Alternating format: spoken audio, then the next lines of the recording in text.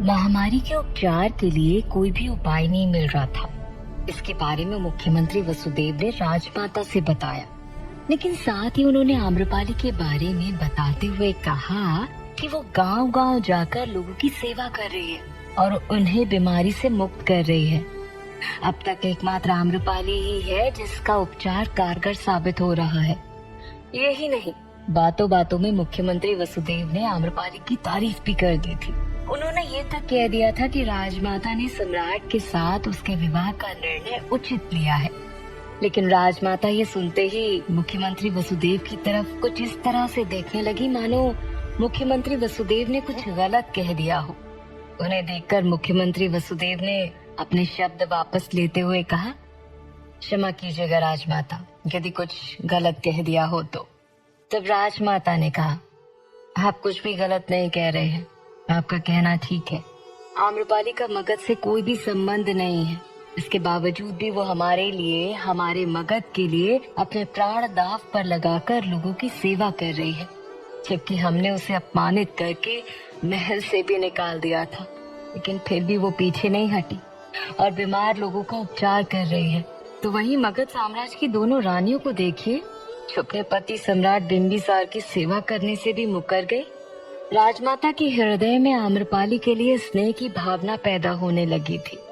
ये बोलकर राजमाता एक फैसले पर पहुंची और मुख्यमंत्री वसुदेव से दृढ़ता पूर्वक कहा, वसुदेव जी, आम्रपाली जो कुछ भी उपाय अपना रही है उसे विधिवत नगर नगर में जाकर सभी तक पहुंचा दीजिए और इन उपायों का कठोरता से पालन करने के लिए लोगों से कहिएगा। और रही बात सम्राट की, तो हम खुद उनका ख्याल रखेंगे। लेकिन राजमाता, सम्राट का ख्याल रखने से आप भी तो बीमार पड़ सकती हैं।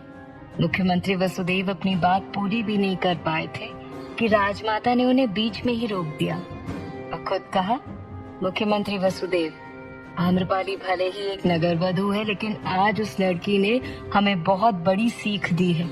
जब वो उन लोगों के लिए लड़ सकती है जो उसके कुछ भी नहीं लगते, तो सम्राट तो हमारे पुत्र है, हम भला उन्हें अकेले कैसे छोड़ सकते हैं। इतना कहकर राजमाता उस वार्ता भवन से बाहर की तरफ जाने लगी और आखिरी बार रुककर मुख्यमंत्री वसुदेव से कहा, वसुदेव जी, जैसे ये बीमारी मगध साम्राज्य से उभर जाएगी, हम चाहते हैं कि आम्रपाली की वापसी उसके सम्मान के साथ हो। उसकी वापसी पर उसका सम्मान, स्वागत एकदम भव्य होना चाहिए। इसके बाद राजमाता उदासीन भाव लिए वहां से चली गई। लेकिन वहां खड़े मुख्यमंत्री वसुदेव राजमाता का ये रूप देखकर आश्चर्यचकित थे। उनके होठों पर सकारात्मक मुस्कान आ गई। उन्होंने कहा, राजमाता, आपको समझ पाना असंभव है। इसके बाद वो भी वहां से निकल गए। जहाँ एक तरफ अब राजमाता आम्रपाली के पल पल की खबर लेने लगी थी, तो वहीं दूसरी तरफ आम्रपाली भले ही लोगों की सेवा कर रही थी, लेकिन कहीं ना कहीं उसे सम्राट की फिक्र हो रही थी। रात का वक्त था। आम्रपाली उस गांव के सभी लोगों के लिए पोशाक सिल रही थी और उनको सिलकर दे रही थी। उस गांव में सबसे ज्यादा बीमार बच्चे थे। सभी को पोशाक बांटते बांटते वो आखिरी बच्चे के पास पहुंची। वो बच्चा बहुत छोटा था, यही करीब 8 साल का बालक रहा होगा। आम्रपाली जब उसके सामने खड़ी हुई तो उस बालक ने दूर से ही आम्रपाली के सामने हाथ फैला दिए और अपनी मासूम सी तोतली आवाज में कहा, मैं ठीक हो जाऊंगा ना। उसकी मासूम सी आवाज सुनकर आम्रपाली का हृदय करुणा से भर गया। उस बच्चे ने कहा, जब कह रहे हैं कि आप हमें बचा लेंगी, तो क्या मैं अपने बड़े भाई थे, अपनी माँ थे, मिल पाऊंगा? मैं मर लूंगा तो नहीं ना? वो बच्चा अपने घर वालों को याद कर रहा था, लेकिन उसे डर था कि कहीं वो मर ना जाए। उसकी बातें सुनकर आम्रपाली अंदर ही अंदर भावुक हो गई थी। उस बच्चे की पीड़ा समझकर उसकी आंखों में आंसू आने लगे थे। वो घुटनों के बल उसके पास बैठ गई और उसे अपने गले से लगा लिया। वो प्रेम भरे स्वर में कहती है, तुम जल्दी ठीक हो जाओगे और तुम्हें डरने की कोई जरूरत नहीं है। जब तक हम यहाँ पर हैं, हम तुम्हारा पूरा ख्याल रखेंगे और ठीक होते ही तुम अपने परिवार से मिल सकोगे। इतना कहकर आम्रपाली ने झट से उसकी पोशाक उठाई और अच्छे से उसको पहनाते हुए कहा, तुम हमारे नन्हे राजकुमार हो, तो ध्यान रखना राजकुमार कभी भी किसी चीज से नहीं डरते, उसका डटकर सामना करते हैं। इसलिए इस बीमारी से हम दोनों मिलकर लड़ेंगे।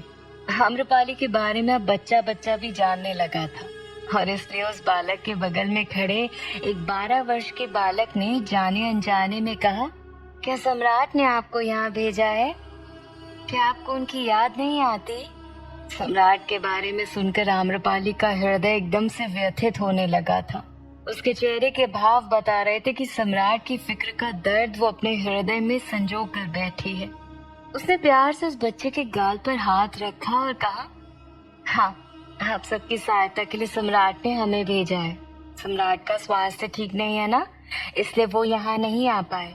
तब उस बच्चे ने भी आम्रपाली के गाल पर हाथ रखा और कहा, आप बहुत अच्छे हो, आप ना सम्राट से भी ज्यादा अच्छे हो।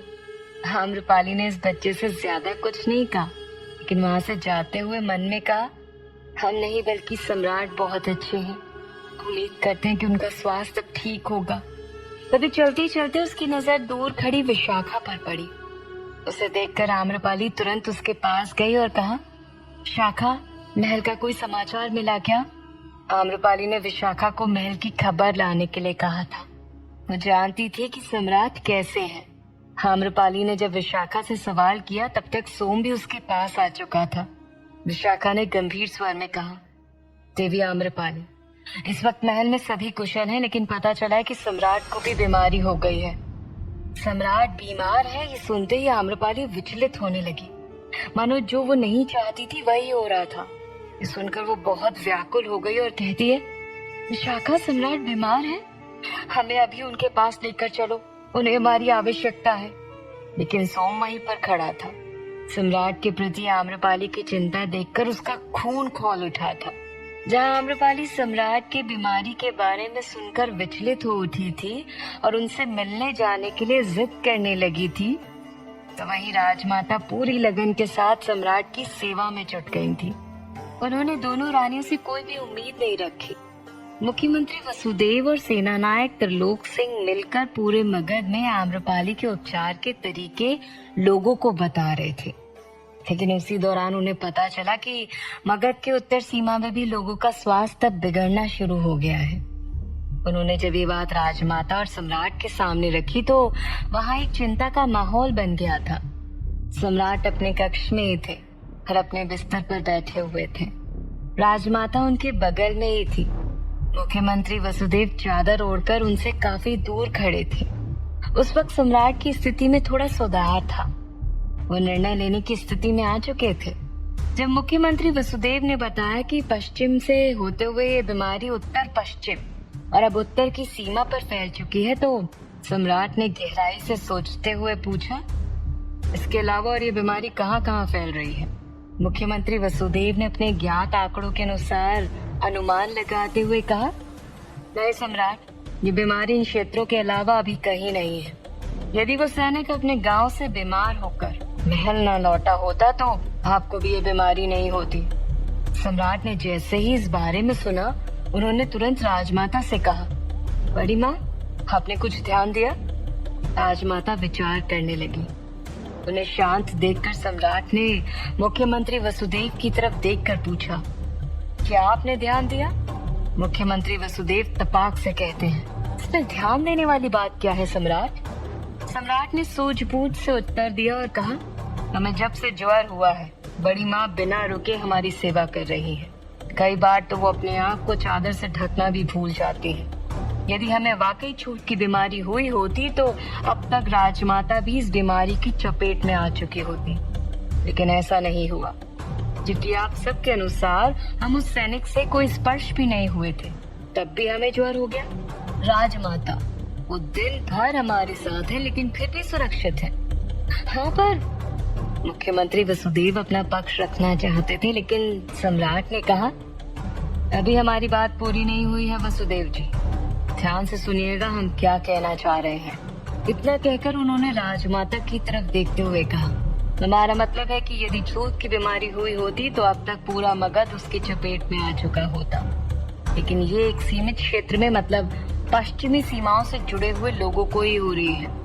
इसके अलावा उसके उसके आसपास के क्षेत्र जैसे उत्तर पश्चिम सीमा, उत्तर सीमा क्षेत्रों में ये बीमारी फैल रही है। इसका मतलब साफ है कि ये बीमारी छूत की बीमारी तो हरगिज नहीं है, बल्कि कुछ और है जो इन सीमाओं से जुड़ा हुआ है। सम्राट की इस बात को सुनकर मुख्यमंत्री वसुदेव और राजमाता दोनों ही गहन चिंतन में डूब गए थे। काफी देर तक विचार करने के बाद मुख्यमंत्री वसुदेव सम्राट के पक्ष में आ गए थे, लेकिन राजमाता अभी भी सोच रही थी। अंत में उन्होंने जवाब दिया, बिम्बिसार, इसके पहले भी आपके कहने पर हमने मगध की सीमा पर अपने गुप्तचरों को भेजा है। यदि कुछ ऐसा होता या कुछ संदिग्ध होता तो वो हमें अब तक आकर बता चुके होते, लेकिन ऐसा कुछ भी नहीं है। तब सम्राट ने राजमाता का उत्तर देने के बजाय कहा, राजमाता, आप लोग अपना कार्य करते रहिए और हमें हमारा काम करने दीजिए। हमें पता है कि हमें क्या करना है। ये बोलकर सम्राट ने मुख्यमंत्री वसुदेव को अंतेनाग को बुलाने का आदेश दिया।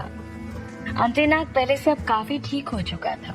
वो भी बाकी लोगों की तरह मगध में लोगों की सहायता कर रहा था। कुछ ही देर में वो सम्राट के पास आया। सम्राट ने उसे मगध के पश्चिम सीमा की तरफ जाने के लिए कहा और कहा कि वो पता लगाए कि आखिर ऐसी कौन सी चीज है जो इन सीमाओं से जुड़ी हुई है, जिससे लोग बीमार पड़ रहे हैं। हालांकि सम्राट समझ गए थे कि जिस तरह आम्रपाली उपचार कर रही है वो कहीं न कहीं हवा, पानी और भोजन से जुड़ा है, लेकिन अचानक इन सबसे बीमारी जैसी स्थिति उत्पन्न होना उन्हें ठीक नहीं लग रहा था। अंतेनाग सम्राट की बात मानकर वहां से चला गया। जहां सम्राट इस बीमारी का दूसरा कारण ढूंढने की कोशिश कर रहे थे, तो वहीं आम्रपाली सम्राट को हुई इस बीमारी के बारे में सुनकर काफी चिंतित थी। विशाखा आम्रपाली को लेने के लिए ही आई थी, लेकिन आम्रपाली के मना करने के कारण वो वहीं रुक गई थी। लेकिन अब आम्रपाली जाने के लिए कह रही थी, तो वो भला मना क्यों करती? लेकिन सोम ऐसा कैसे होने दे सकता था? वो तो आम्रपाली से प्रेम करते करते उसके ही प्रेम का दुश्मन बन बैठा था। वो झट से आम्रपाली के पास पहुंचा और कहता है, आम्रपाली, क्या कर रही है? यदि आप महल चली जाएंगी तो यहाँ इन लोगों का ध्यान कौन रखेगा? आम्रपाली सम्राट के अलावा इस वक्त कुछ भी नहीं सोच पा रही थी। उसने कहा, सोम, यहाँ बाकी लोग हैं, वो इन सब का ध्यान रख लेंगे, लेकिन सम्राट के पास कोई नहीं होगा। हम ये बात अच्छी तरह से जानते हैं। लेकिन अगले ही पल सोम ने कहा, आप गलत सोच रही हैं आम्रपाली। सम्राट के पास तो पूरा मगध है, लेकिन इन लोगों के पास कोई नहीं है। ये बोलकर सोम ने विशाखा से पूछा, बताइए विशाखा जी, क्या सम्राट की सेवा के लिए कोई भी नहीं है? सोम के सवाल पर आम्रपाली ने विशाखा की तरफ देखा तो विशाखा ने कहा, सम्राट की सेवा स्वयं राजमाता कर रही है। इसके आगे सोम ने विशाखा को कुछ कहने का मौका ही नहीं दिया और आम्रपाली से कहा, तो अब बताइए, जब राजमाता स्वयं सम्राट का ध्यान रख रही है तो क्या आपके जाने के बाद वो आपको सम्राट का ख्याल रखने देंगी? ये सुनकर आम्रपाली शांत थी। वो सोम के सवाल का जवाब नहीं दे पाई। तब सोम ने कहा, आम्रपाली, इन लोगों की तरफ देखिए। यदि एक दूसरे का ख्याल रख पाती तो आज आप यहाँ नहीं होती। सम्राट के पास राजमाता है, लेकिन इस वक्त इन सब के लिए मसीहा सिर्फ आप हैं। यदि आप इन्हें छोड़कर चली गई तो ये बीमारी से कभी भी मुक्त नहीं हो पाएंगे। और भूलिए मत, आपने क्या संकल्प लिया था। इतना कहकर सोम आम्रपाली की तरफ चतुर नजरों से देखने लगा। उसकी बात सुनकर आम्रपाली भी अब निशब्द थी। आम्रपाली के चेहरे की तरफ देखते हुए मन ही मन वो कामना कर रहा था कि आम्रपाली महल जाने से रुक जाए। तब सोम ने आखिरी वार किया और कहा, आम्रपाली, देखिए इन लोगों की तरफ। जब से आप यहाँ पर आई हैं, इनमें जान आ गई है, लेकिन जब आप यहाँ से चली जाएंगी तो ये फिर से बेजान हो जाएंगे।